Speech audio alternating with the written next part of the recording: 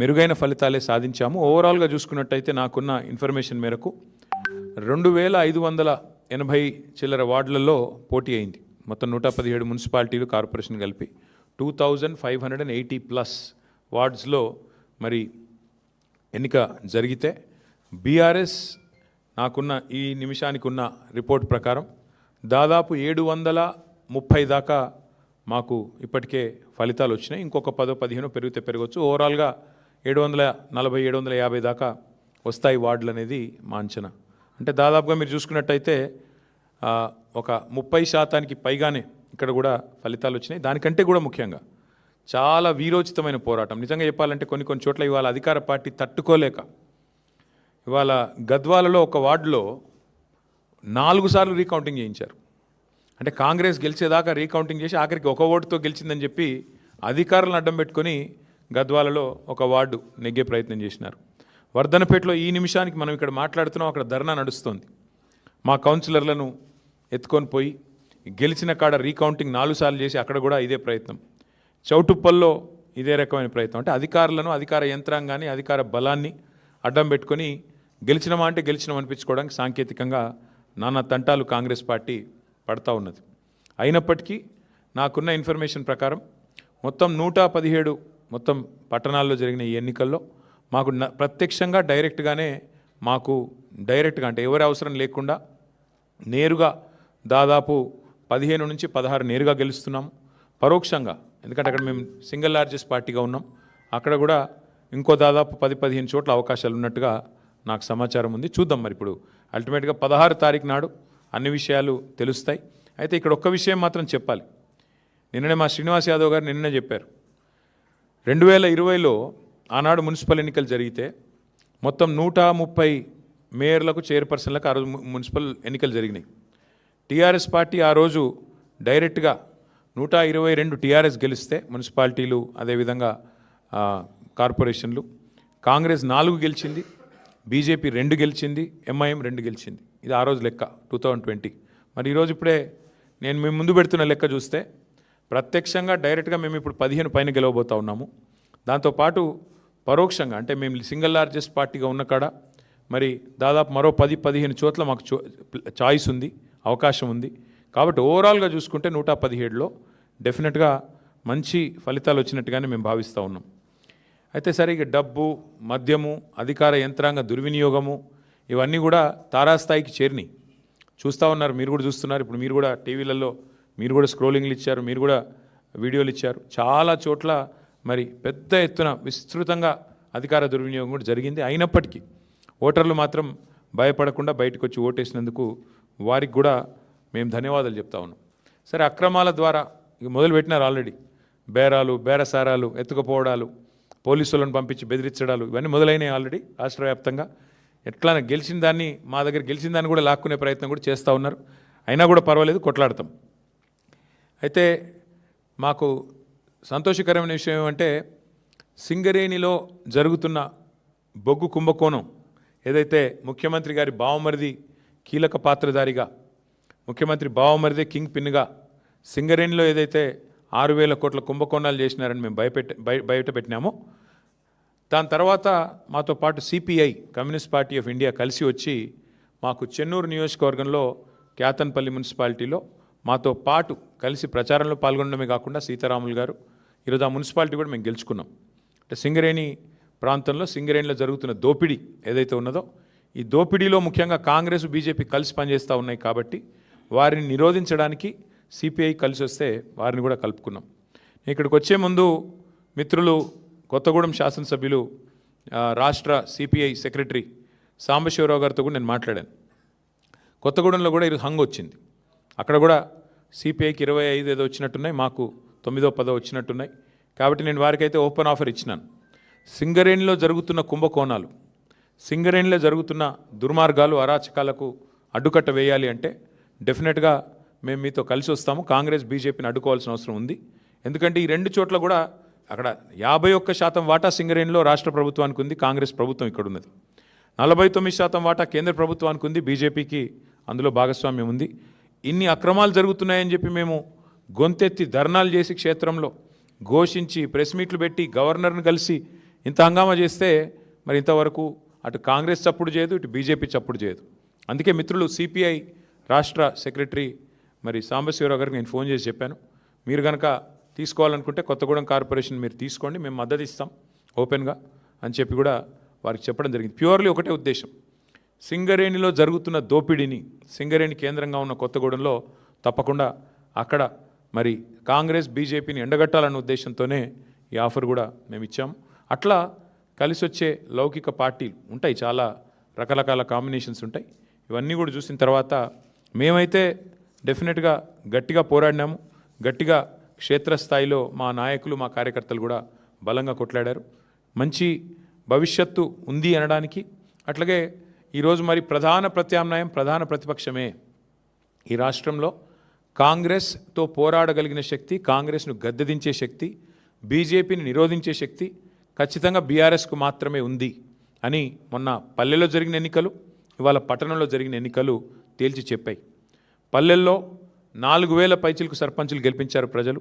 మరి అట్లాగే పట్టణంలో కూడా ఈరోజు చూస్తే దాదాపు 730-740 వార్డులు గెలిచి అక్కడ ఇక్కడ 2 చోట్ల కూడా ప్రధాన ప్రతిపక్షం కేవలం బీఆర్ఎస్ మాత్రమే, పోరాడే సత్తా ఉన్న పార్టీ బీఆర్ఎస్ మాత్రమే. 2 పార్టీలు, ఒకటి ఢిల్లీలో అధికారంలో ఉంది, ఇంకోటి రెండోది రాష్ట్రంలో అధికారంలో ఉంది. కానీ ఈ 2 పార్టీలు ఉన్నప్పటికీ, ఎన్ని రకాల కుయుక్తులు పనినప్పటికీ బీఆర్ఎస్ఏ కేసీఆర్ గారి నాయకత్వమే ఈ రాష్ట్రానికి శ్రీరామ రక్ష అని చెప్పి మళ్ళీ ఒకసారి అటు పల్లెల్లో ఇటు పట్టణంలో ప్రజలు తేల్చినట్టయింది. మరి ఇదే ఉత్సాహంతో రేపు హైదరాబాద్ కార్పొరేషన్ కానీ, మిగతా కార్పొరేషన్ వరంగల్ ఖమ్మం కానీ, అట్లాగే జిల్లా పరిషత్ ఎన్నికలు పెడితే వాటిలో కానీ ఇదే ఉత్సాహంతో ముందుకు పోతాం. డెఫినెట్గా ఎక్కడెక్కడైతే ఈ దుర్మార్గాలు అరాచకాలు జరిగినాయో వీటిని వదిలిపెట్టం. అవసరమైతే వాటి మీద న్యాయ పోరాటం చేయడం, వాటి మీద ఇంకా ఎట్లాంటి వ్యూహాలు అవలంబించాలో అవన్నీ కూడా పార్టీలో చర్చించి నిర్ణయం తీసుకుంటాం. కానీ మళ్ళొకసారి మా కార్యకర్తలకి, నాయకులకి, మాకు సపోర్ట్ చేసిన ప్రజలకి, మాకు ఓటేసిన ప్రజలకి చాలా స్వల్పమైన తేడాతో ఓడిపోయాం. కొన్ని చోట్ల 1 ఓటుతో 1/2 ఓటుతో ఇట్లా రకరకాలుగా జరిగినాయి. అక్కడ కూడా ఓడిపోయిన వాళ్ళు కూడా ఎవరు నిరాశ పడవద్దని, బేజారు కావద్దని చెప్పి కూడా వారికి కూడా విజ్ఞప్తి చేస్తూ మీకు కూడా మళ్ళొకసారి ధన్యవాదాలు.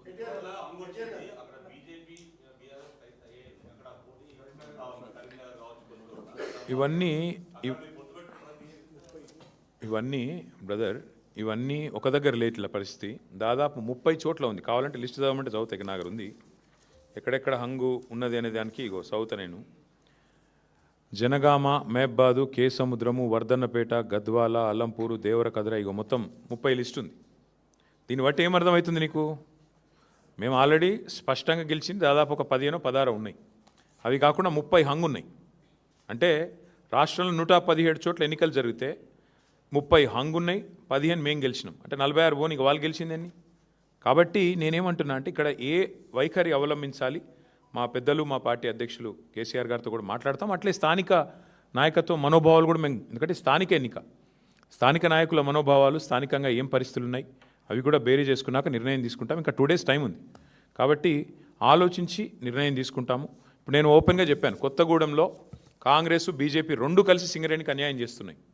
ఇందులో వేరే ఉద్దేశం ఏం లేదు, మాకు రాజకీయపరమైన ఉద్దేశం, ఎజెండా ఏం లేదు. సింగరేణిని 2 పార్టీలు, 2 జాతీయ పార్టీలు గొంతు కోస్తున్నాయి. ఇవాళ కాంగ్రెస్ దోపిడీ చేస్తుంటే బీజేపీ ఎందుకు మౌనంగా ఉంటుందని మేము అడుగుతున్నాము. ఆధారాలతో ఆధార సహితంగా మేము స్పష్టంగా కుంభకోణం జరిగిందని బయటపెడితే ఎందుకు బీజేపీ ఉపేక్షిస్తున్నది? ఎందుకు రేవంత్ రెడ్డిని కాపాడుతున్నది? రేవంత్ రెడ్డి బావమరిదే కింగ్ పిన్గా ఇంత పెద్ద కుంభకోణం నడుస్తుంటే భారతీయ జనతా పార్టీ ప్రభుత్వం ఎందుకు అడ్డుకుంటున్నది? ఎందుకు అడ్డుకోలేకపోతున్నది?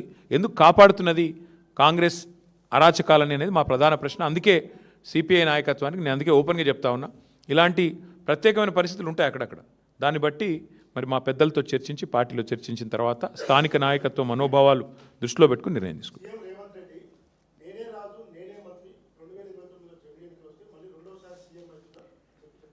సరే అనేది చాలామంది అట్లా అనుకున్న వాళ్ళు ఇదివరకు చూడలేదా? తుగ్లక్ ఉండే ఒకడు, ఇక చాలామంది ఉన్నారు అసంటోళ్ళు. అట్లాంటి పిచ్చి తుగ్లక్లు చాలామంది ఉంటారు. అట్లాంటి వాళ్ళు వస్తారు పోతారు, ఎవ్వరూ పర్మనెంట్ కాదు. నేనే రాజు నేనే మంత్రి అనుకున్న వాళ్ళు చాలామంది అట్లనే గాలి కొట్టుకొని పోయినరు. ఈ దేశము చాలా గొప్ప దేశం. ప్రజల చైతన్యాన్ని కూడా ఎవరైనా తక్కువ అంచనా ఇస్తే చాలా తెలివి తక్కువది. ఈ దేశంలో ఇందిరాగాంధీ గారు ఓడిపోయినారు, ఎన్టీ రామారావు గారు ఓడిపోయారు, కేసీఆర్ లాంటి తెలంగాణ తెచ్చిన నాయకుడు కూడా మన కామారెడ్డిలో దురదృష్టవశాత్తు ఓటం పాలయ్యారు. సరే రేవంత్ రెడ్డి గారు అక్కడ 3rd వచ్చారు, అది వేరే విషయం అనుకో. కానీ పాయింట్ ఏంటంటే ఈ దేశంలో అట్లా రేవంత్ రెడ్డి లాగా విర్రవీగిన వాళ్ళు, నేనే రాజు నేనే మంత్రి అన్న వాళ్ళు చాలామంది వచ్చారు, చాలామంది పోయారు. కానీ దేశం అట్లే ఉంది, ప్రజల చైతన్యం అట్లే ఉంది. చైతన్యాన్ని తక్కువ అంచనా వేసిన వాళ్ళు ఎవరైనా కూడా గాలికి పోతారు భవిష్యత్తులో. పార్టీ మారిన ఎమ్మెల్యేల విషయంలో మేము మొదటి నుంచి ఒకటే చెప్తున్నాం. రేవంత్ రెడ్డి గారు మళ్ళీ నాకు తెలిసి ఇవాళ వచ్చి మేము గెలిచినాము, మాకు తిరుగులేదు వెరుగులేదు, నేనే రాజు నేనే మంత్రి అని మళ్ళీ పోజులు కొడతాడు. నేను రేవంత్ రెడ్డిని ఒకటే అడుగుతున్నా, మీరు కూడా అడగండి. ఇలా ప్రెస్ మీట్ పెడతారు కదా, అడగండి. నిజంగా నీ గవర్నమెంట్ మీద నీకు అంత నమ్మకం ఉంటే ఆ 10 మందితో రాజీనామా చెప్పించి ఎలక్షన్కి చూద్దాంపా. ఎందుకంటే ఇవి స్థానిక ఎన్నికలు. ఆ స్థానికంగా మోరీ బాగుందా, ఆడ నీళ్ళు వస్తున్నాయా లేవా, ఆడ అభ్యర్థి ఓడిపోయిందా గెలిచిండా, వీటన్నిటి మీకెళ్ళి నడుస్తుంది. ప్లస్ ప్రభుత్వం ఎన్నిటి మీకెళ్ళి నడుస్తుంది. నీకు తెలుసు నాకు తెలుసు. ఇప్పుడు బాన్స్వాడ్ ఉంది ఫర్ ఎగ్జాంపుల్ చెప్తున్నాను. నేను పోయి మొన్న ఆడ సవాల్ చేసిన పోచారం గారిని, రండి రాజీనామా చేసి రండి, భయం ఎందుకు. నిజంగానే బాన్స్వాడ మున్సిపాలిటీ గెలిచిన అంటది కదా కాంగ్రెస్, రా మరి గోదాలోకి రా, బాన్స్వాడలో రాజీనామా చేయి. ఒక పోచారం గారే కాదు, 10 మంది ఎమ్మెల్యేలు ఎవరైతే ఇవాళ కాంగ్రెస్ వాళ్ళు వాళ్ళ పార్టీలో చేర్చుకున్నారో, సరే స్పీకర్ గారు చేర్చుకోలేదని చెప్పి ఏదో సాంకేతికంగా చెప్తుండు, కానీ మీకు తెలుసు మాకు తెలుసు ప్రజలకు తెలుసు. అక్కడ ఎన్నికలకు రండి, రాజీనామా చేయండి, ఎన్నికలకు రండి, ప్రజలు చెప్తారు. 10 చోట్ల ఉప ఎన్నికలు వస్తే డెఫినెట్గా అదొక ఇండికేటర్ అవుతుంది. ఇక అక్కడక్కడ జరిగిండొచ్చు, అక్కడ లోకల్ కండిషన్స్ ఏందో నాకు తెలియదు, బట్ అక్కడక్కడ జరిగిండొచ్చు. చేసు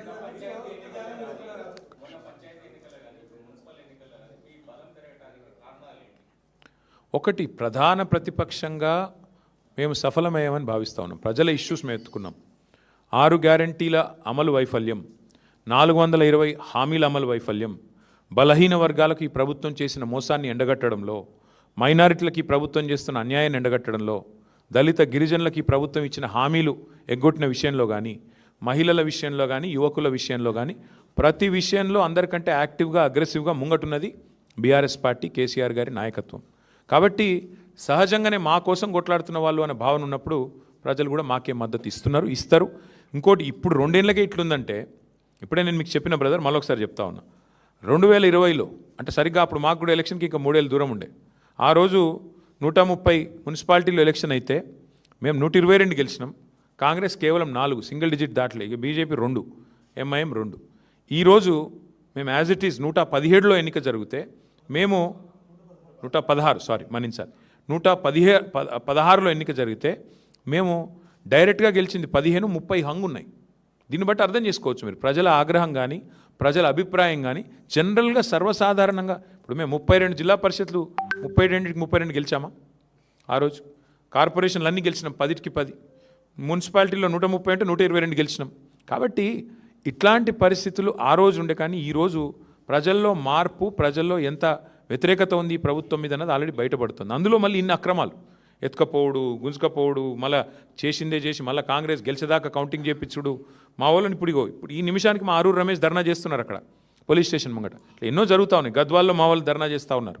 కాబట్టి ఇన్ని జరిగినా కూడా ఇట్లా ఉంది పర్ఫార్మెన్స్ అంటే దీన్ని బట్టి మనం మా శ్రీనివాస్ యాదవ్ గారు నిర్ణయం చెప్పిండు. అందుకే అధికార పార్టీ 80-90% గెలిస్తేనే గెలిచినట్టు, లేకపోతే అదేం గెలిపాయని నిర్ణయం చెప్పిండు. నేను కూడా మళ్ళీ అదే ఉటంకిస్తున్నా.